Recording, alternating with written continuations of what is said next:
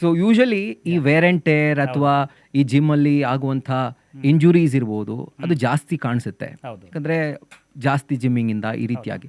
But ಚಳಿಗಾಲದಲ್ಲಿ ಜಿಮ್ಗೆ ಹೋಗೋರು ಏನೆಲ್ಲ ಫಾಲೋ ಮಾಡಬೇಕು, ಪ್ರಿಕಾಷನ್ಸ್ ಏನೇನು ತಗೋಬೇಕು? Precaution is, as I told, they should be well hydrated. So hydration is in any forms, like what ಅಂದರೆ ಜ್ಯೂಸ್ ಥರ ಇರ್ಬೋದು. It should not be only water, warm water ಇರ್ಬೋದು, ಅಥವಾ ವಾಟರ್ ರಿಚ್ ಕಂಟೆಂಟ್ ಫ್ರೂಟ್ಸ್ ಇರ್ಬೋದು.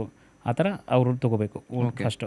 Second precaution ಅಂತಂದರೆ ಅವರು strength and training ಮಾಡಬೇಕು first, rather than going and doing direct weight lifting ಎಲ್ಲ ಮಾಡೋದಕ್ಕಿಂತ ತಮ್ಮ ಮಾಂಸಖಂಡಗಳನ್ನು ಎಲ್ಲ ಇಂಪ್ರೂವ್ ಮಾಡ್ಕೋಬೇಕು. ನೆಕ್ಸ್ಟ್ ಥರ್ಡ್ ಬಂದುಬಿಟ್ಟು, ಈಗ ಎಲ್ಡರ್ಲಿ ಏಜ್ ಇರ್ತಾರೆ ಅಥವಾ who are very prone for arthritis, ಅವರು ಹೋಗ್ಬಿಟ್ಟು ಒಂದು 20 ಕಿಲೋಮೀಟರ್ ರನ್ ಮಾಡಿದರೆ ಡೆಫಿನೆಟ್ಲಿ ವೇರ್ ಆ್ಯಂಡ್ ಟೇರ್ ಆಗುತ್ತೆ. ಅಂಥವರು they have to shift to rowing ಅಂತ ಬರುತ್ತೆ, ಕ್ರಾಸ್ ಟ್ರೈನರ್ ಅಂತ ಬರುತ್ತೆ. ಕ್ರಾಸ್ ಟ್ರೈನರ್, ರೋವಿಂಗು ಮತ್ತು ಸ್ವಿಮ್ಮಿಂಗ್ ಅಂತ static cycling. These are the best exercise which improve the muscle power also, and also it will help in reduction of the joint pain and also make you fit and it will not cause more wear and tear.